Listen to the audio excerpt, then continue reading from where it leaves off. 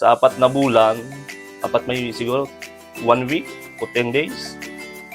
Lumang ko natistingan si Mega na magayon pa lang talaga sa urig na nakakunan ako na 150 kilos.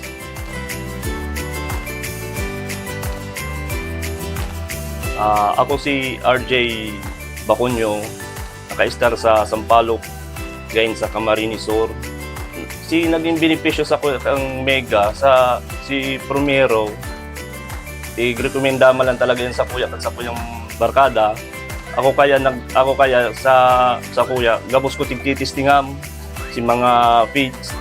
Ngunyan si Primero ko sa fattener, pag testing ako, nag-testing ako ng tulong klaseng feeds. Nagluwa sa 8 urig, 3 sa Mega, 3 man sa ibang kunya.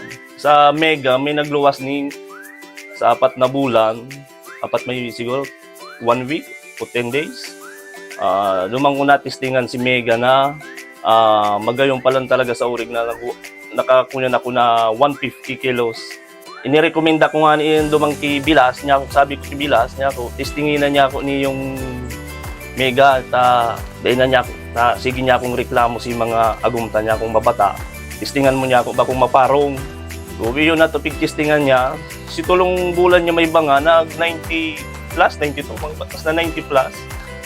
Munyan, parehas na kami Mega. Sa presyo, barato, abot kaya kumpara duman sa ibang feeds.